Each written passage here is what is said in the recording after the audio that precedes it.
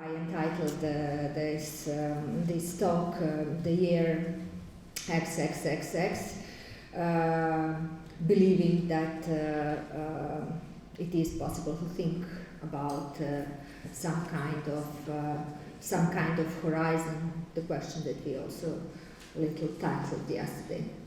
As for the topic of today, the historical reenactments, the reenactments of history, I will not focus that much on the artistic practice itself as much as I would go through different images and media representations. So, like I will speak more about like image culture. And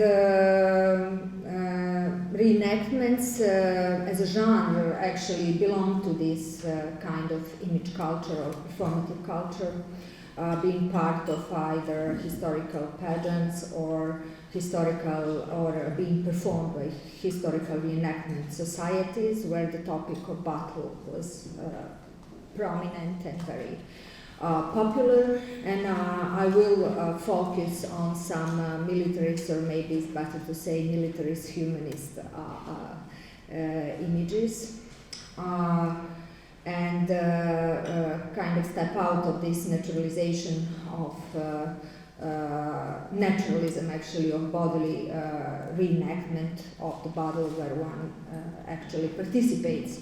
In my case, the notion of reenactment will not be fully approached as body practice in the sense of presence and participation in certain event, but will be also discussed and shown as the repetition scenario, which includes certain thoughts and ideas, certain conceptual thinking. And I will show three reenactment scenarios, three fragments actually. One is the fragment that's dedicated to the modernist horizon of better future and its nostalgic demise. And we'll see how actually better future is having some retrospectivist character. The second fragment will be about the ongoing chrono-democracy of neoliberal present, and actually about identitarianization of this connection past, present, future that functions also as a smoke curtain for a certain ideological things or certain politics that's not that clearly pronounced as a political, but politics happens. And the third will be a fragment which speculates about our own position here and say impossibility to speech or a kind of a captured voice of ours. So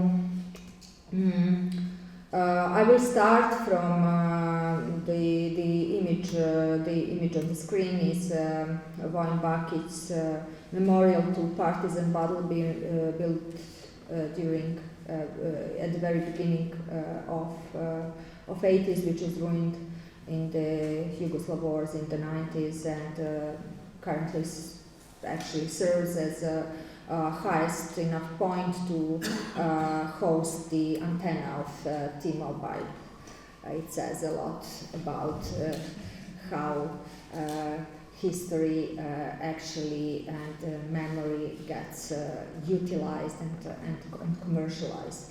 But I will start from Brian O'Doherty's actually notes on gallery space, ideology of the white cube, the spatial concept that symbolized the epoch of modernity and its promise for better future. The future, of course, is a cultural construct of modernity, and white cube guaranteed eternal life to the objects placed within it. It separated them from the domain of everyday, including the everyday of capitalism.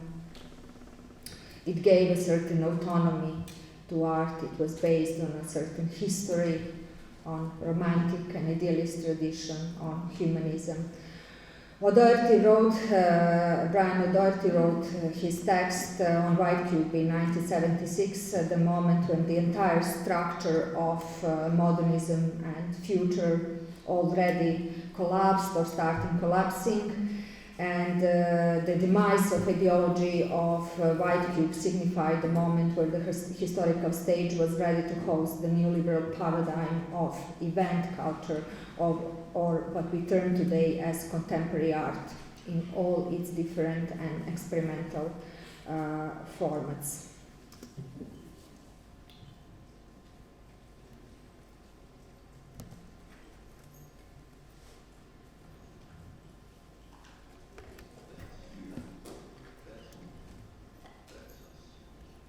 On it, everyone you love, everyone you know, everyone you've ever heard, everyone you ever was, lived out their life. Interestingly enough, the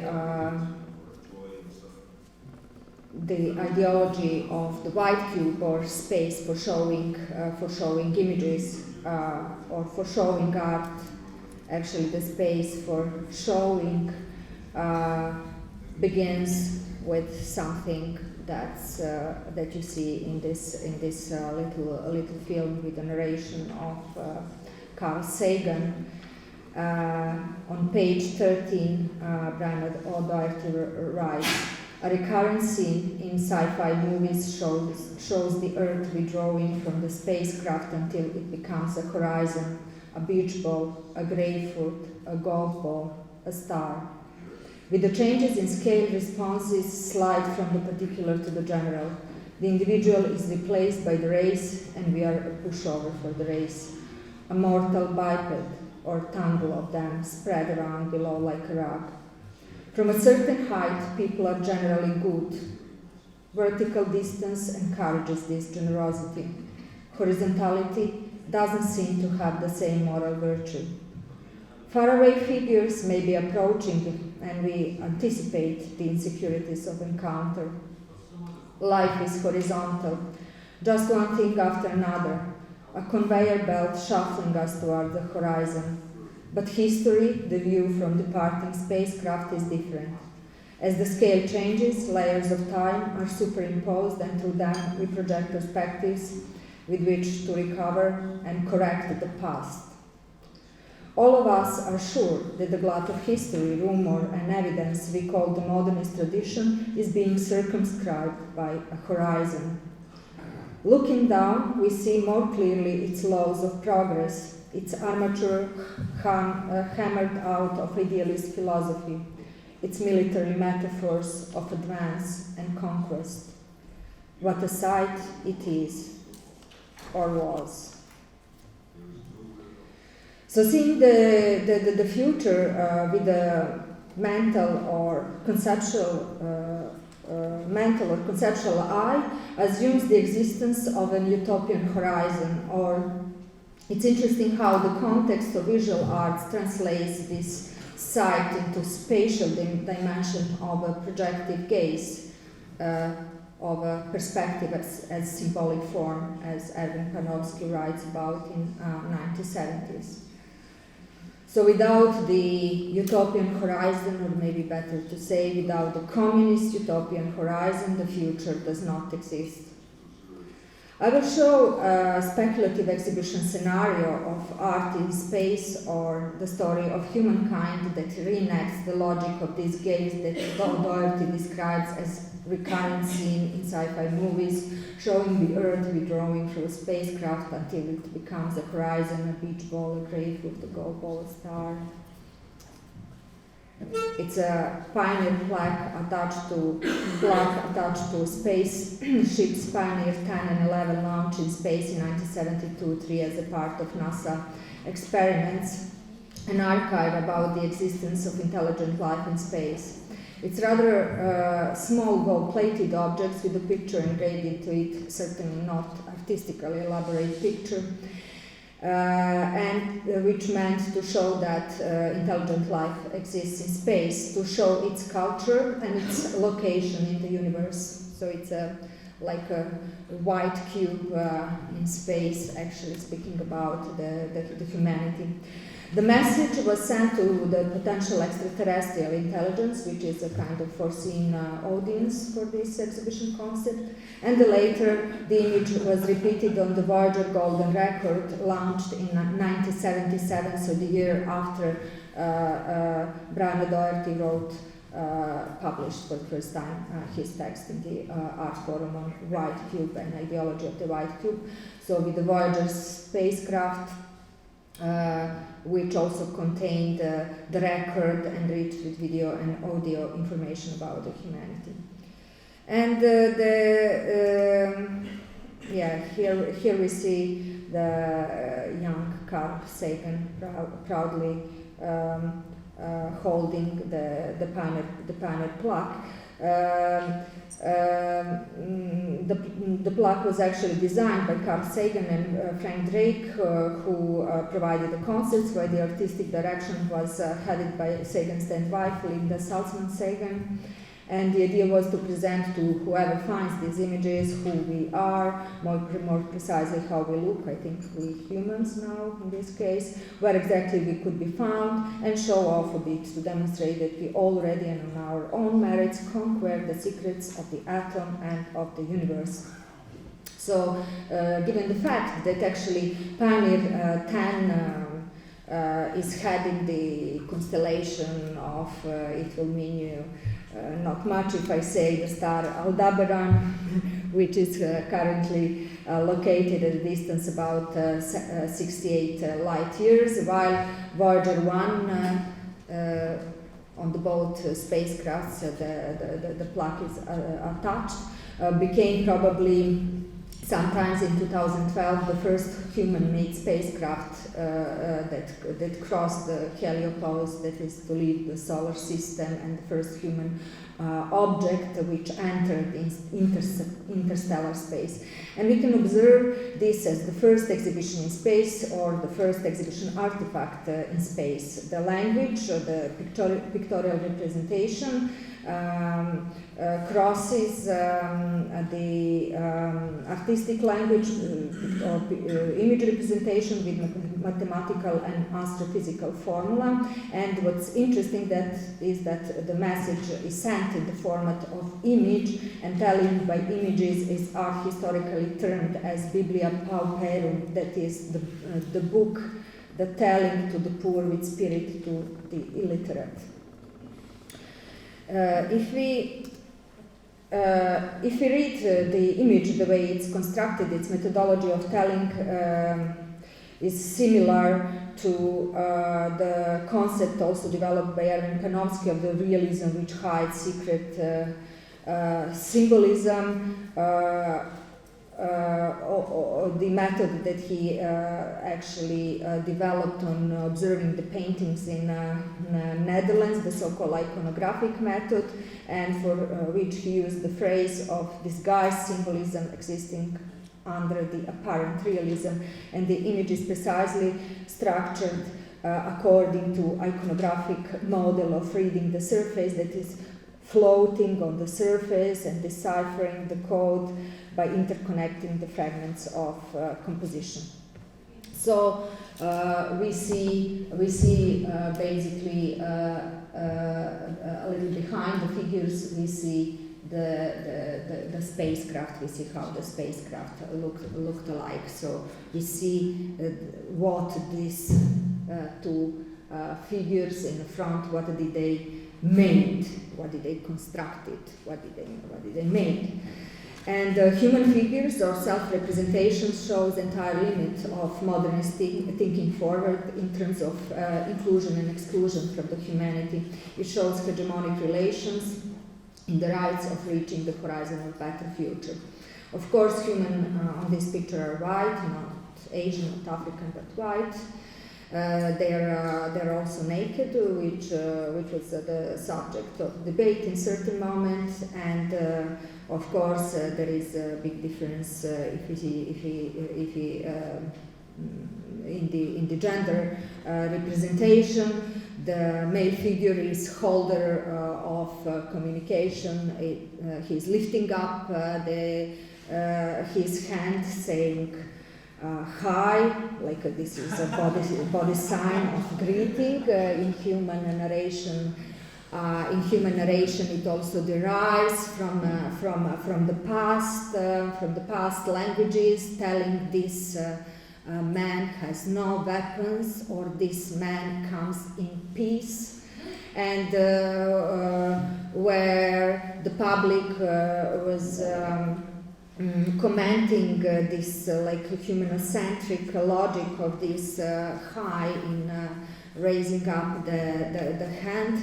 Carl Sagan said, okay, I mean, if the extraterrestrials does not understand that, they will at least understand that the human figures have these limbs that can move.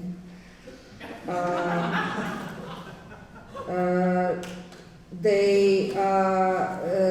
female figure is eventually less white. Maybe it can be a bit also exoticized as maybe, you know, like some kind of Tahiti sexual representation of a woman, but it's white.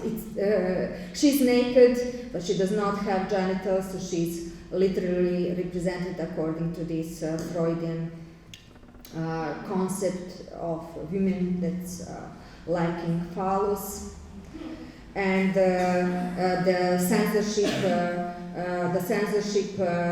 with leaving just pubic, with kind of delineating just the pubic area and not representing genitals, was also part of the controversy. It happened that it was not NASA who censored the representation of genitals in the case of women, but it was artistic and scientific self-censorship.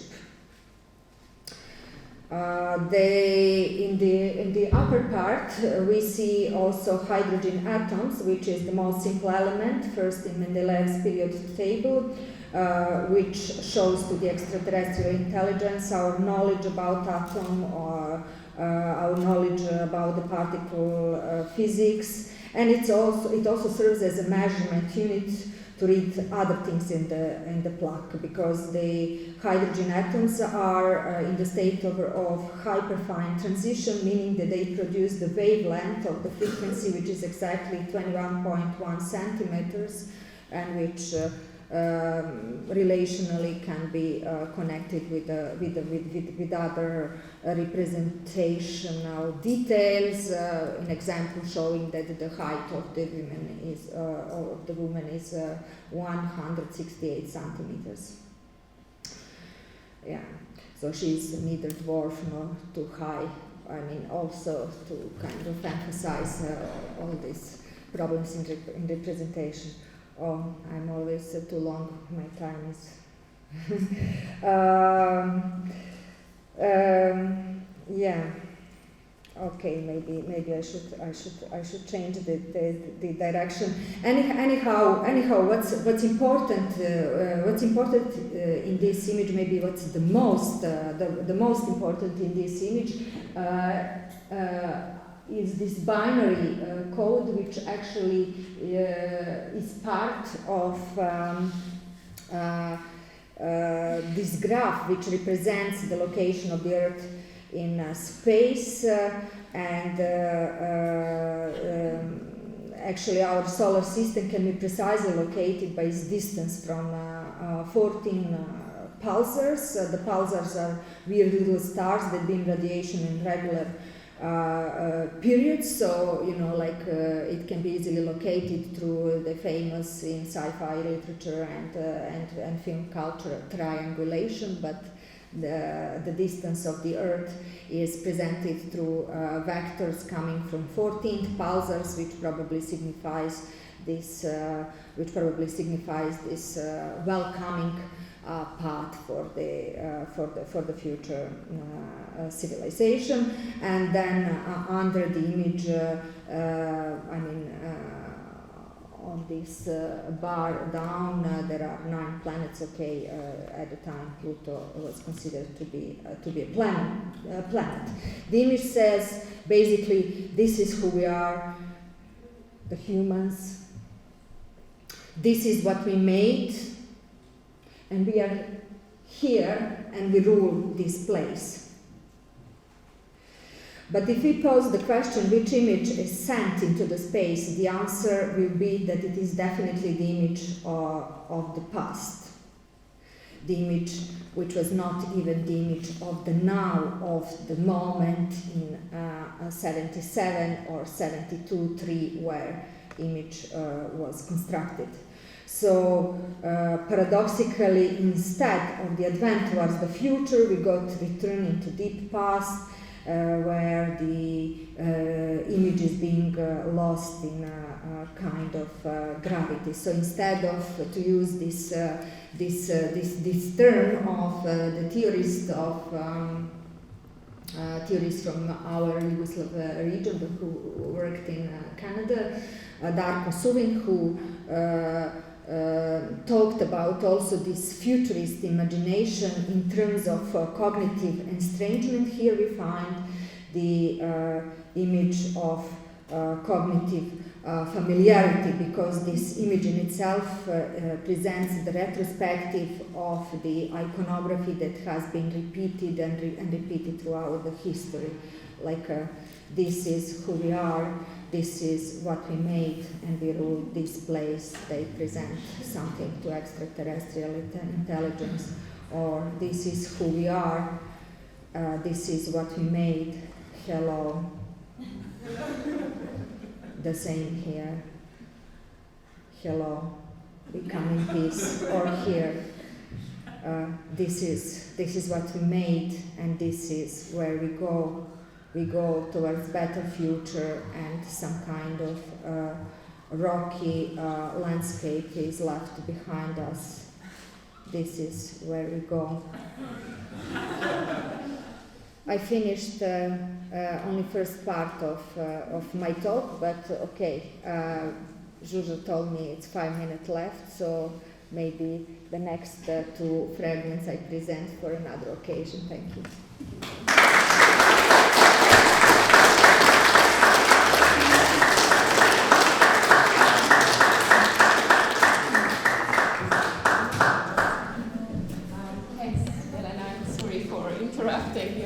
Maybe just one thing.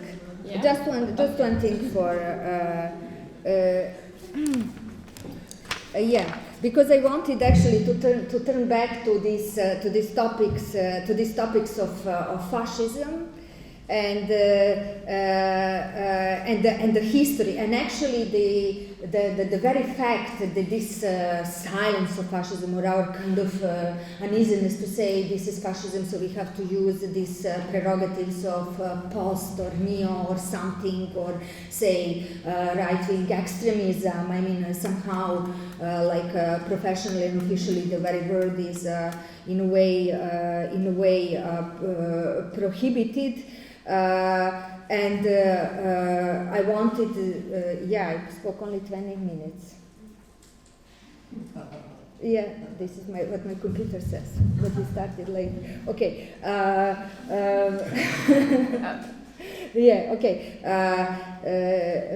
So it is actually important to distinguish between the structure of fascism, which lies in bureaucracy, which lies very much in the what Ralph Komotnik in his How Much of Fascism, I mean, at least this is how I interpreted it, being one of the editor also of the text for its English translation for the Red Thread, lies precisely in this Dankverbot, in this kind of prohibition to think further.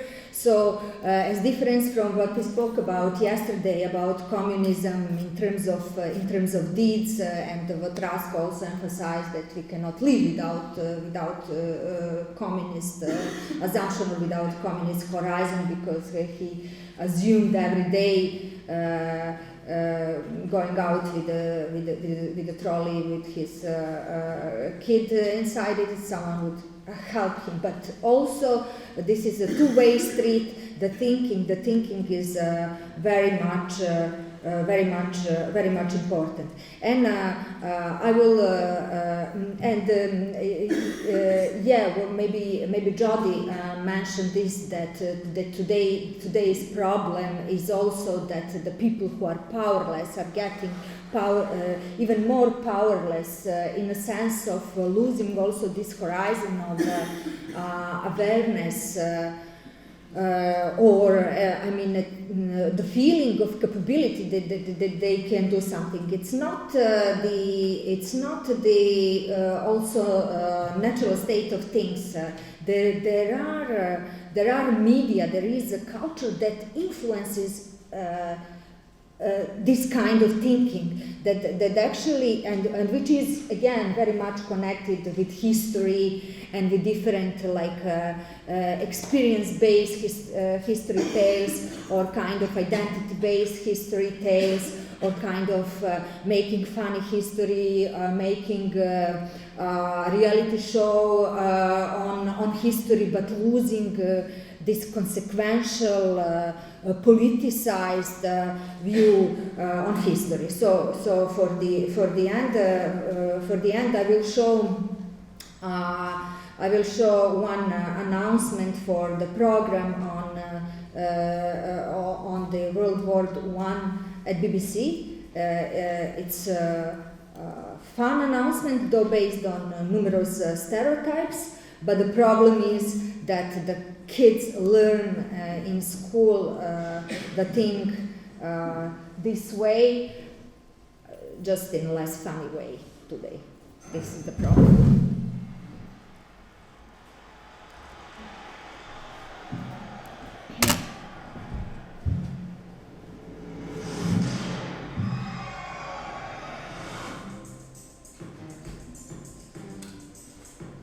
Yeah.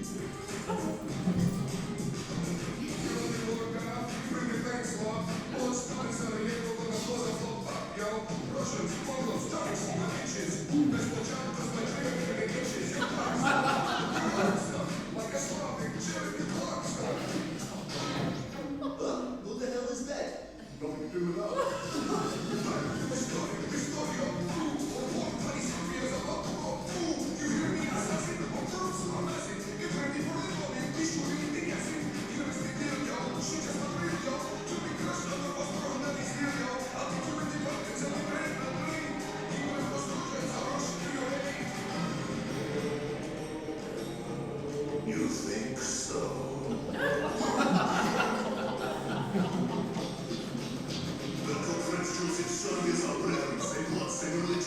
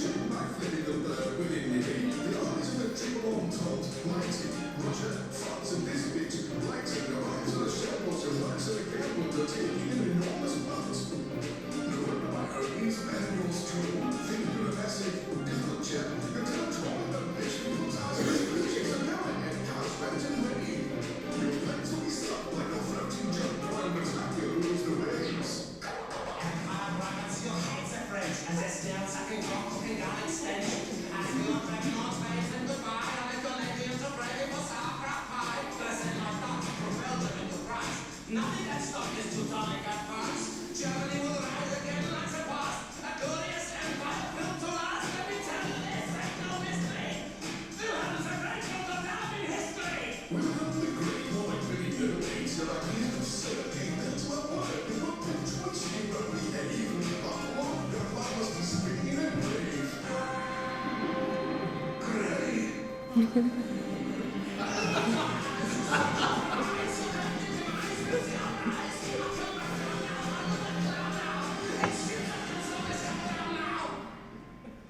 I'm going for a lie down now.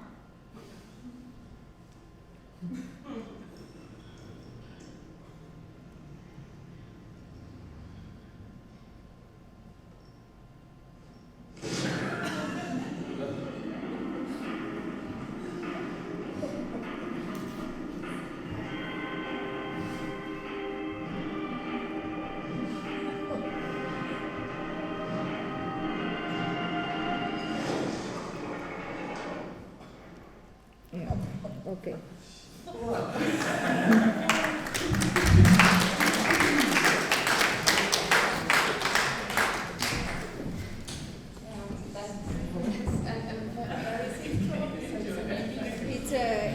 It's a BBC.